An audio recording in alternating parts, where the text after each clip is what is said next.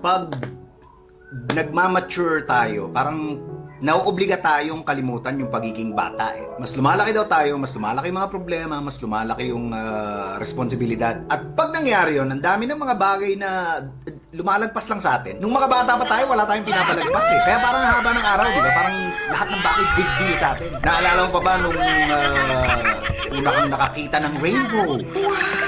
Eh yung bago sumara yung ref, namamatay yung ilaw. Naalala mo ba nung una kang maligo sa ulan? Nung una kang nakatikim ng chocolate? Yung nakaiga ka, tapos nakatingin ka sa kisame na may water stain, tapos parang kung ano-ano yung nakikita mo. Naalala mo nung una kang nakainom ng Coke?